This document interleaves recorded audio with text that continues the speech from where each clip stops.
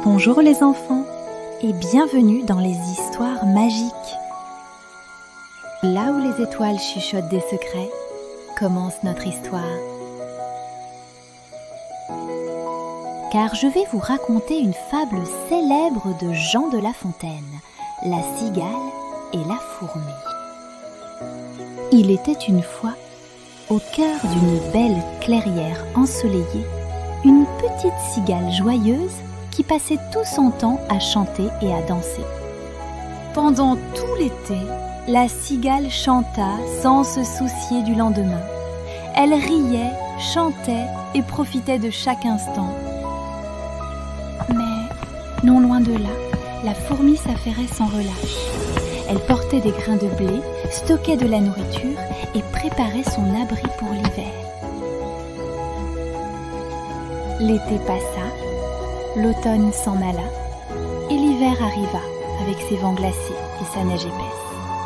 La pauvre cigale n'avait plus rien à manger, ni où se réchauffer. Tremblante et affamée, la cigale frappa à la porte de la fourmi et demanda « Cher ami, prête-moi quelques provisions jusqu'au printemps, je te rembourserai, je t'en donne ma promesse. » Tu chantais tout l'été ? Eh bien, danse maintenant ! La cigale comprit alors que la prévoyance et le travail sont essentiels et que l'insouciance peut parfois coûter cher. Moralité : il faut penser à l'avenir et se préparer aux jours difficiles. Et de sagesse. Aujourd'hui, je vais te raconter une fable très célèbre, le corbeau et le renard. Prépare-toi à découvrir une histoire rusée et amusante. Maître Corbeau, perché sur un arbre, tenait dans son bec un fromage.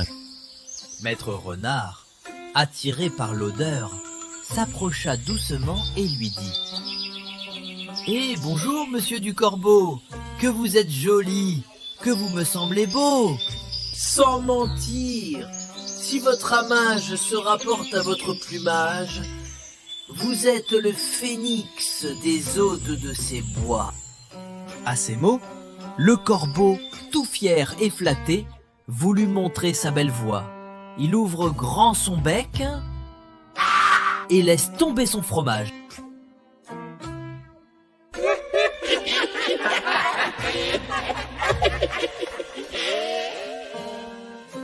Le renard s'en saisit et dit « Mon bon monsieur, apprenez que tout flatteur vit aux dépens de celui qui l'écoute.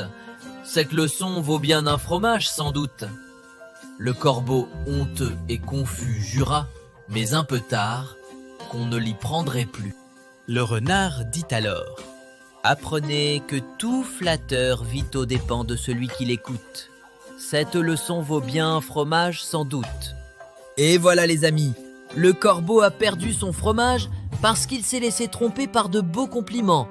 Cette fable nous apprend à ne pas toujours croire aux jolies paroles. Elles ne sont pas toujours... Bonjour les petits rêveurs! Bienvenue dans les histoires magiques, la chaîne où chaque histoire te fait voyager dans un monde rempli de magie, de rire et de sagesse.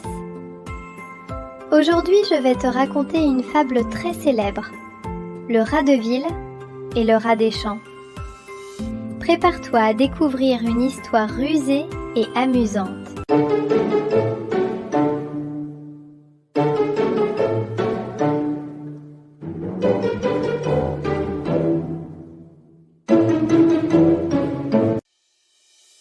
Il était une fois un rat des champs qui vivait simplement.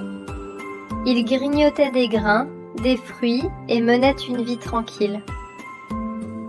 Un jour, son cousin le rat de ville lui rendit visite. Habillé élégamment, il lui proposa de venir découvrir la vie en ville. « Cousin, tu devrais voir les festins que nous avons en ville. »« Vraiment ? Montre-moi alors. » Curieux et enthousiaste, le rat des champs suivit son cousin vers la grande ville. Arrivé en ville, le rat des champs découvrit une grande maison remplie de mets délicieux. Gâteaux, fromages, fruits et même des plats raffinés. Oh, quel banquet incroyable! Ici, tout est abondant. Goûte, cousin.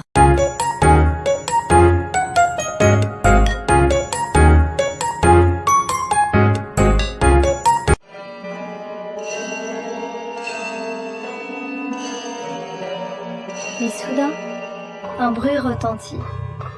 La porte s'ouvrit et un énorme chat apparut, les yeux brillants et les griffes prêtes. Ah! Vite! Cachons-nous! Chut, c'est le maître de la maison.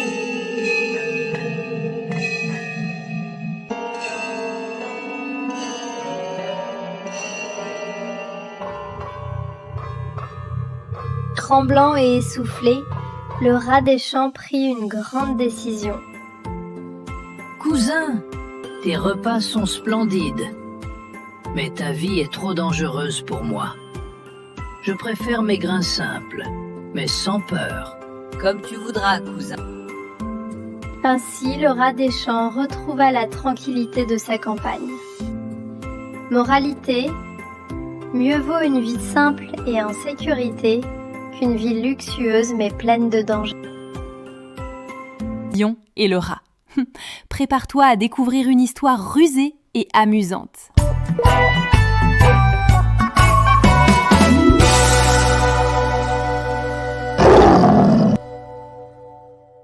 Il était une fois, dans une savane dorée par le soleil, un lion majestueux, roi des animaux. Il passait ses journées à marcher fièrement sous les acacias, à rugir pour rappeler sa puissance et à contempler le monde qu'il croyait dominer sans partage. Mais ce jour-là, une rencontre allait changer sa vision des choses et lui apprendre qu'on peut avoir besoin même des plus petits. Voici le roi de la savane, le lion, majestueux, fort et respecté de tous. Non loin de là, sous les hautes herbes, vivait un petit rat. Curieux, malicieux et toujours en mouvement, il passait ses journées à courir, chercher des graines et explorer des chemins secrets. Ce rat insignifiant aux yeux du roi allait pourtant jouer un rôle bien plus grand que sa taille. Le destin fit croiser leurs chemins.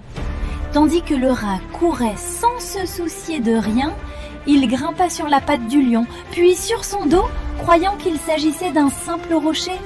Mais le rugissement soudain du lion fit trembler le sol et le cœur du rat. Qui ose grimper sur moi? Oh, pardon, Majesté. Je ne savais pas que c'était vous. Le lion, irrité, songea à avaler ce minuscule petit rat audacieux. Mais en observant sa peau sincère et ses moustaches tremblantes, il hésita. Après tout, quelle gloire à dévorer une si petite créature! Je pourrais t'écraser en une bouchée. Mais va, tu es trop insignifiant pour que je m'en occupe. Merci, noble roi. Un jour, peut-être, je pourrai vous rendre ce service. Le rat supplia. Pardon, grand lion. Ne me fais pas de mal. Un jour, peut-être, je pourrai t'aider. Amusé, le lion décida de le relâcher. Quelques jours plus tard, alors qu'il se promenait dans la savane, le lion tomba dans un piège tendu par des chasseurs. Une immense file de cordes et de nœuds le maintenait prisonnier. Le roi des animaux, malgré sa force, ne pouvait se libérer. Il rugissait, mais personne n'osait approcher. C'est alors que le petit rat entendit les appels. Courageux malgré sa taille, il accourut et aperçut le lion pris au piège. Courage, Majesté. Ce n'est pas la force qui va vous sauver, mais mes dents. Patient, dent après dent, fil après fil, le rat rongea avec acharnement. Le lion, admiratif, resta immobile pour l'aider dans sa tâche. Ce fut long, mais le filet finit par céder. Enfin, les cordes se brisèrent. Le lion, libre, rugit de joie et secoua sa crinière. Il n'en croyait pas ses yeux. Le petit rat l'avait sauvé. Il regarda le rat avec gratitude. Petit ami, tu m'as sauvé. J'avais tort de te croire inutile. Même les plus petits peuvent rendre de grands services. Le lion dit: Tu m'as sauvé, petit rat. J'ai appris qu'il ne faut jamais mépriser les plus petits. Chacun peut t'aider à sa manière. Dès ce jour, le lion et le rat devinrent amis. Leur différence de taille ne comptait plus. Ils avaient appris la valeur du courage et de la solidarité. Ainsi, dans la grande savane comme dans la vie, il ne faut jamais sous-estimer les plus petits. La force n'est pas tout. Parfois, la patience et la solidarité valent mieux que la puissance. Le lion et le rat vécurent en amis fidèles, rappelant à tous les animaux que chaque être, grand ou petit, a sa place et son importance. Et cette histoire, les enfants, est restée gravée comme une leçon éternelle. Et voilà les amis, cette fable nous enseigne que même les plus petits gestes peuvent avoir une grande importance. Merci d'avoir rêvé avec nous. Reviens vite pour une nouvelle aventure magique. Et n'oublie pas de t'abonner pour voyager encore et encore. Goodbye. Goodbye.